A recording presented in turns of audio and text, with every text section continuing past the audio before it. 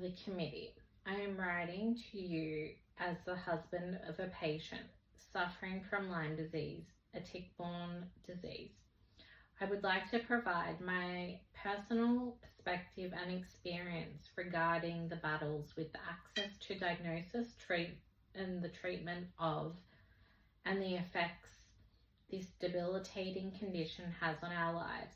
I appreciate the opportunity to share my experience and concerns regarding the important public health issue. My wife has been battling Lyme disease since, we believe, August 2006.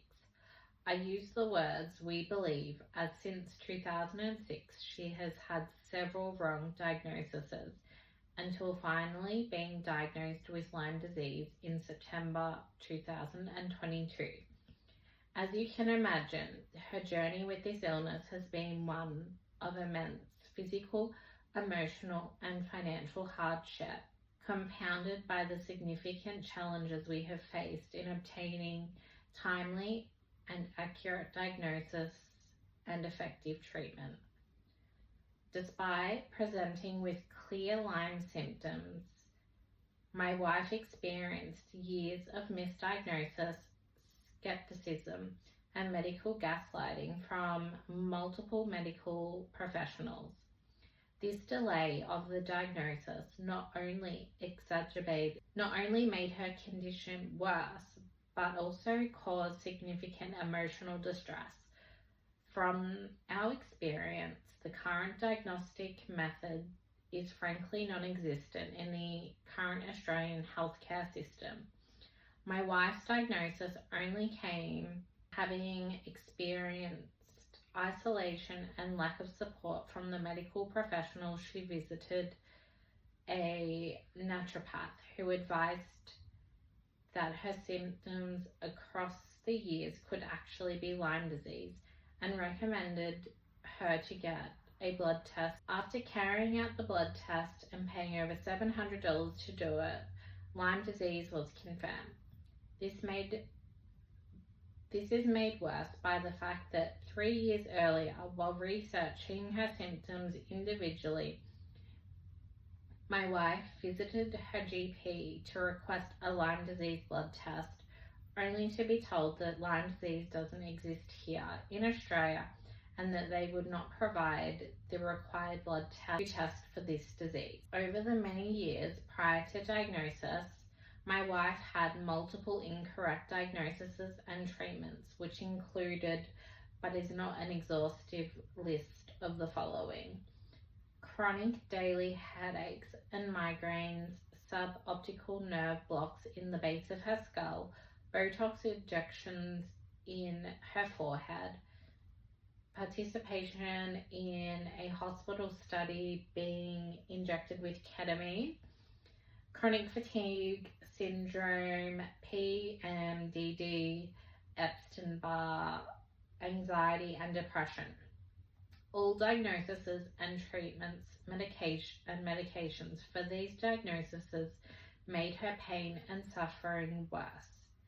Once receiving the correct diagnosis, accessing appropriate treatment was and has been another uphill battle. Even with the diagnosis, we have still encountered 1. Resistance and stigma from the medical profession. 2. Limited availability of specialists. 3. Excessively expensive treatments not covered by Medicare or our health insurance. And 4. A lack of knowledge and consensus on treatment protocols.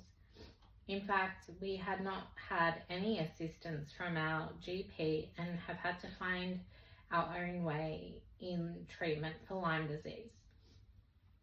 To say Lyme disease has had a profound impact on our lives is an understatement.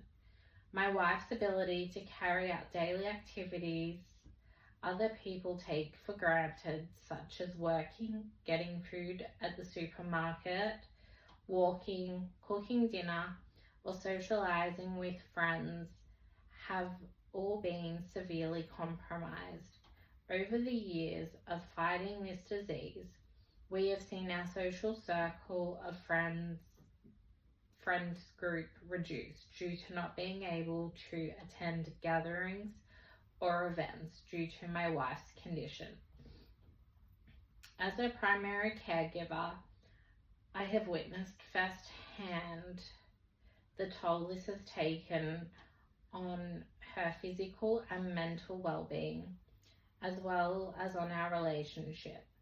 We have recently had to come to terms that in our early 40s, having battled with this disease for 18 years, it is looking very likely we will not be able to have children. My wife is just not well enough. This is something my wife has seen as her main purpose in life, as well as in our marriage, and is devastated about it. With the journey my wife has been on and the various treatments and lack of financial assistance available, it has also been a huge financial impact on our lives. As my wife is unable to work, I am both the sole breadwinner and my wife's primary caregiver. It is a constant financial juggling act to pay both our bills and my wife's medical treatments, especially when treatments are not included on Medicare or on our health insurance. As my wife's diagnosis was only in 2022, we were not aware of the 2016 DISCAT report until we were made aware of this 2025 Senate inquiry. With what we have had to experience in diagnosis and lack of help from the medical profession, we would say the 2016 report has done nothing in bringing more awareness to healthcare professionals. There has been little to no improvement in diagnosis or in the knowledge or assistance in treatment. I urge the committee to consider the following actions to improve the lives of patients with Lyme disease and other tick-borne illnesses. Increase funding for research into more accurate diagnostic testing and effective treatments while working with patient groups and charities, confirming the research is meeting patient needs. Ensure access to affordable and comprehensive care for all patients.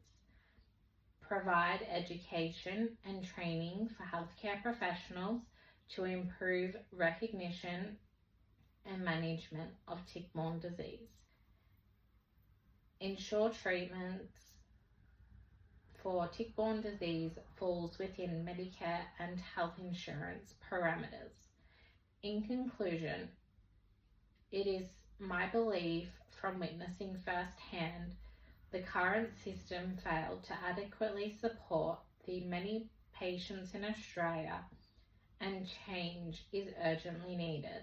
By addressing the gaps in diagnosis and treatment as well as research, the government has the opportunity to alleviate some of the suffering for the thousands of Australians impacted by tick-borne diseases. These thousands of Australians want to be heard and also have the right to better health care for the disease, which is currently taking away any opportunity of them living what is considered a normal life by many other Australians. Thank you for taking the time to consider our story. I sincerely hope that this inquiry will lead to meaningful reforms and better outcomes for all of those affected.